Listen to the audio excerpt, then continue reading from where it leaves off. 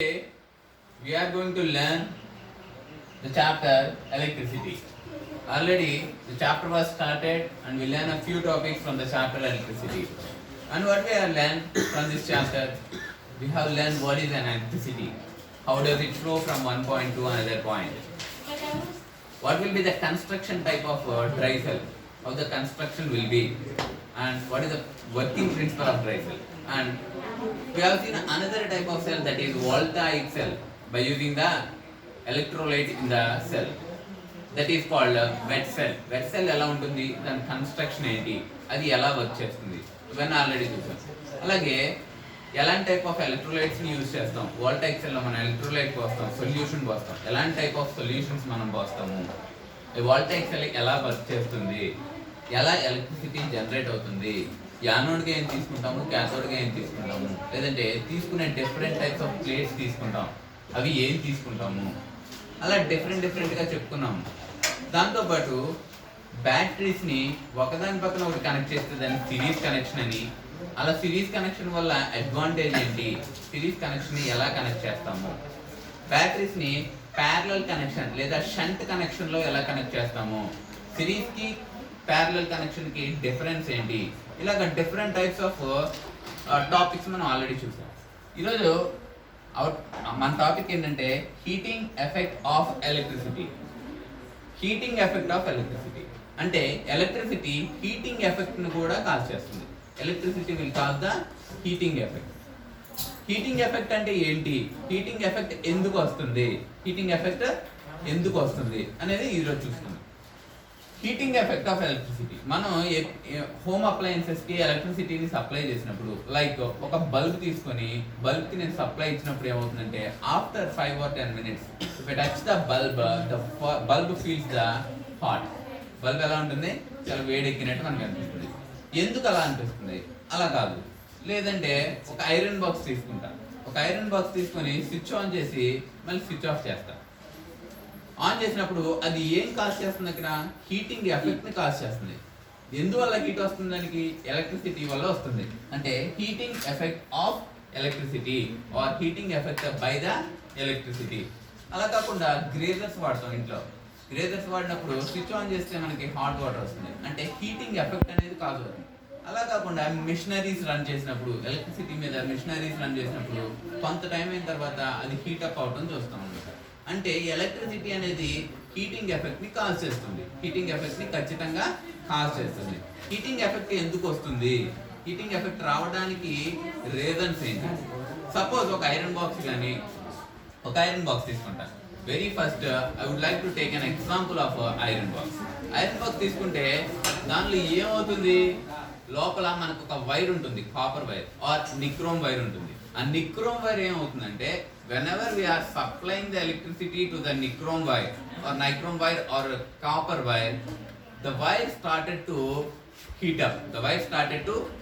Heat అయిపోతుంది. That is the property of that particular wire. Why? Because the electricity or the electrons are flowing in the particular wire. So due to the velocity of the electricity or due to the velocity of the electrons in that particular conducting material causes the heating effect.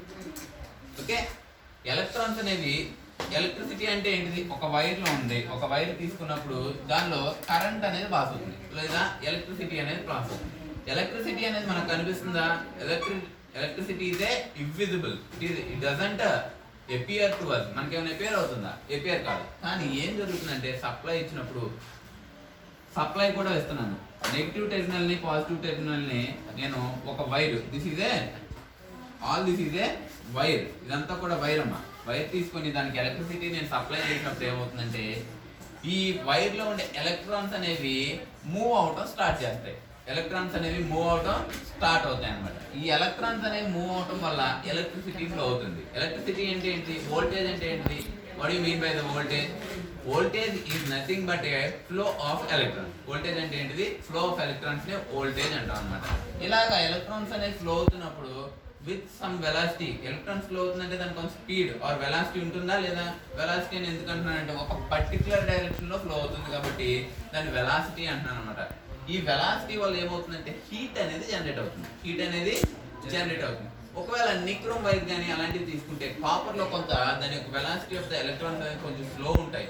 Why? Because copper is not exactly the perfect conductor.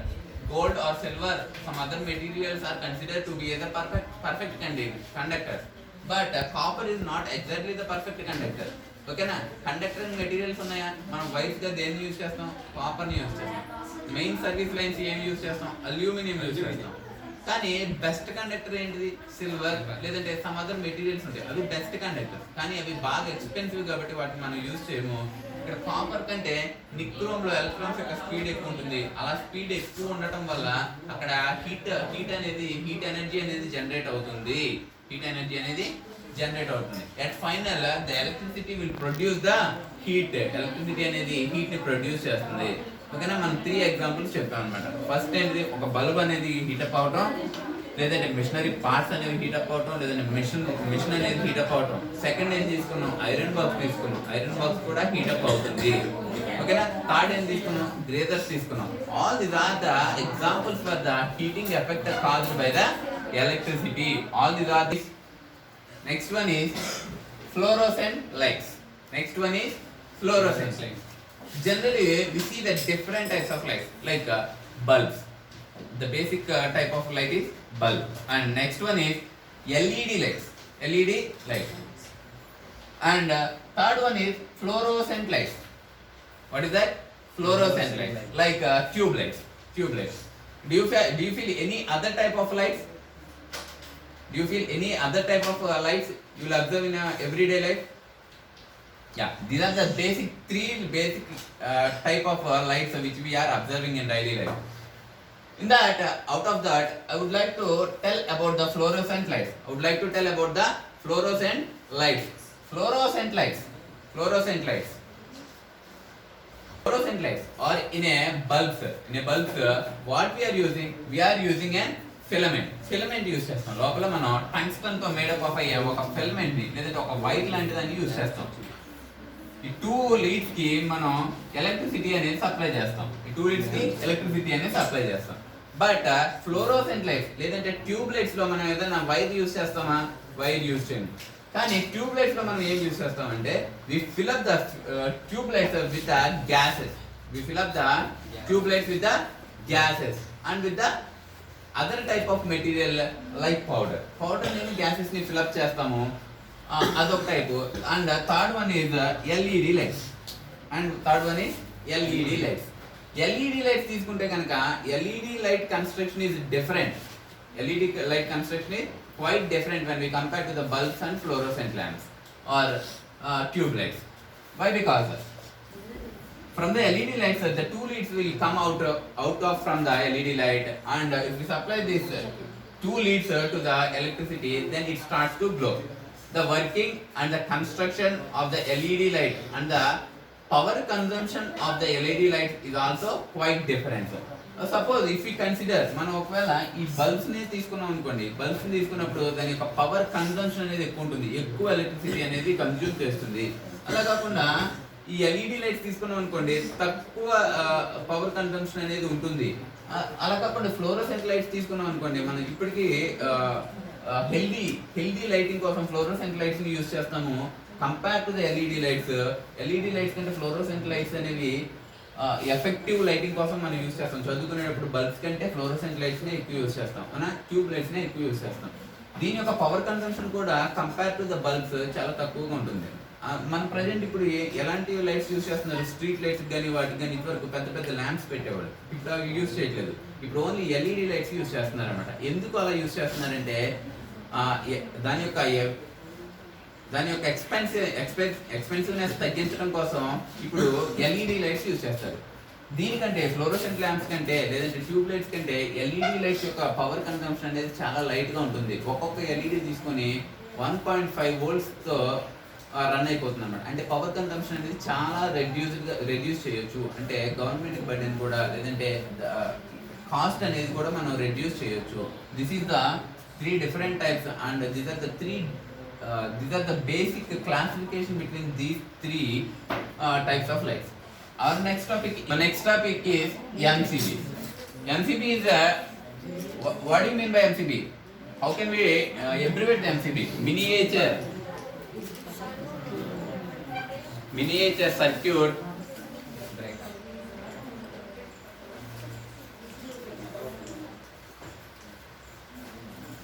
circuit breaker. The full form of the MCB is the miniature circuit breaker. Why we are going for the MCB? Even we are having the fuses. Fuses ఉన్నాయి మనకి. General గా ఏమవుతుందంటే overloads కానీ లేదంటే short circuits కానీ జరిగినప్పుడు ఏమవుతుందంటే in order to reduce the disadvantage or the evil effect caused by the electricity, we are going to use the fuses. Basic గా ఫ్యూజెస్ ఎందుకు యూజ్ చేస్తామంటే షార్ట్ సర్క్యూట్ కానీ ఓవర్ఫ్లో కానీ జరుగుతున్నప్పుడు దాని యొక్క ఎఫెక్ట్ ని అంటే దాని యొక్క హజార్డస్ ఎఫెక్ట్ ని రెడ్యూస్ చేయడం కోసం మనం ఫ్యూజెస్ వాడతాం అన్నమాట. ఫ్యూజెస్ వాడటం వల్ల ఏమవుతుంది, ఫ్యూజెస్ వాడటం వల్ల ఫ్యూజ్ అనేది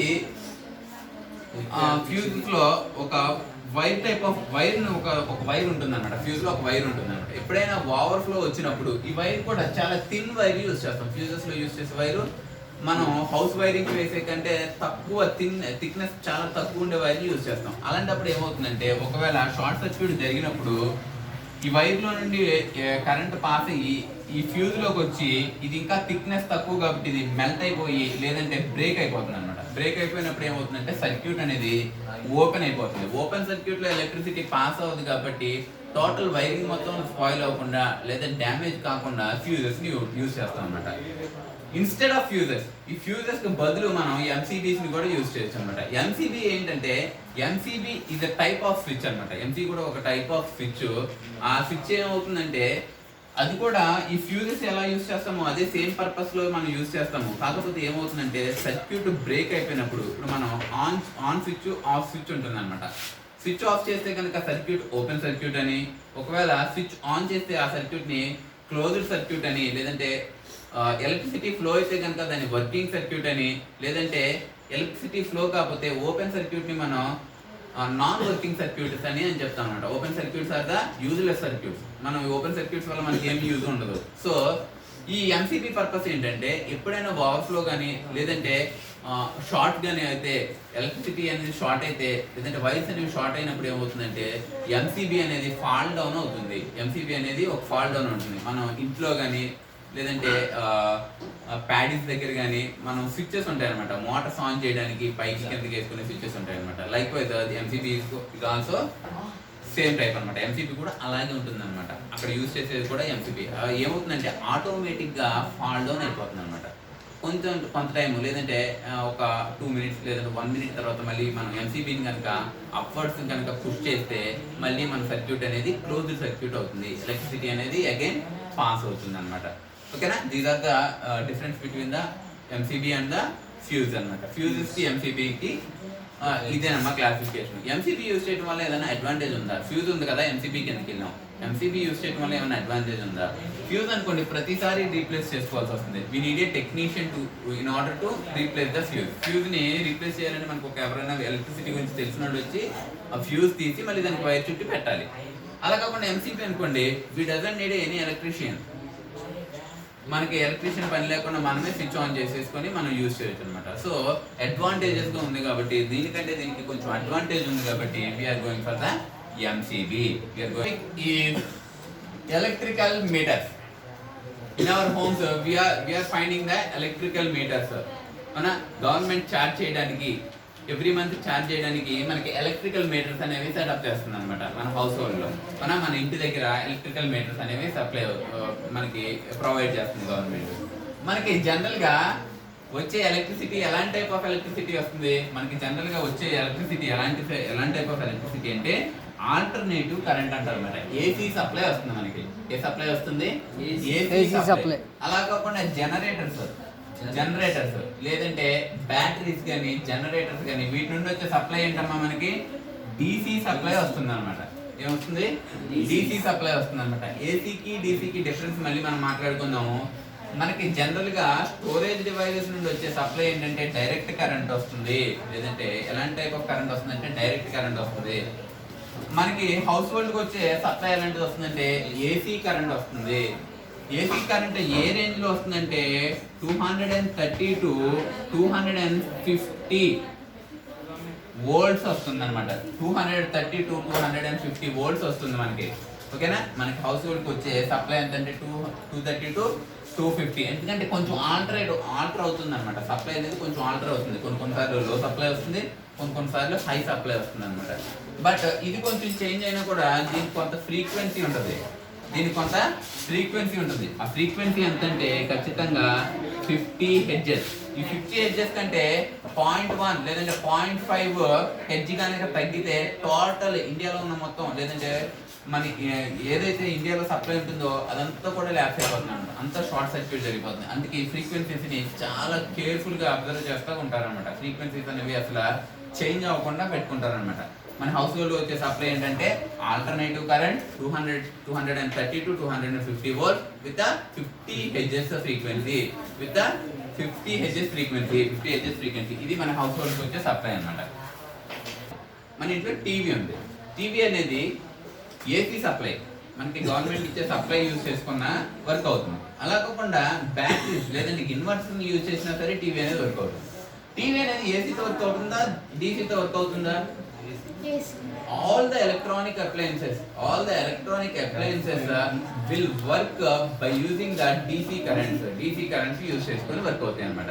ఒకవేళ మనకి హౌస్ హోల్డ్ నుండి వచ్చే సప్లై ఏసీ సప్లై అయినా సరే లోపల మనకి ఏసీ టు డీసీ రెక్టిఫైర్స్ పెడతారనమాట.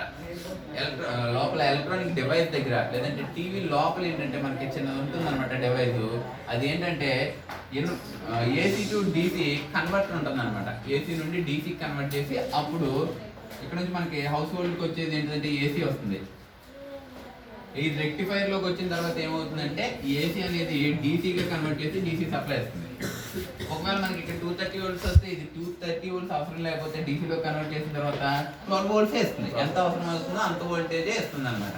అందుకే ఫ్రిడ్జెస్ కొన్ని చూసుకుంటే హెవీ వాటేజ్ ఉంటాయి, కొన్ని తక్కువ వాటేజ్ ఉంటాయి.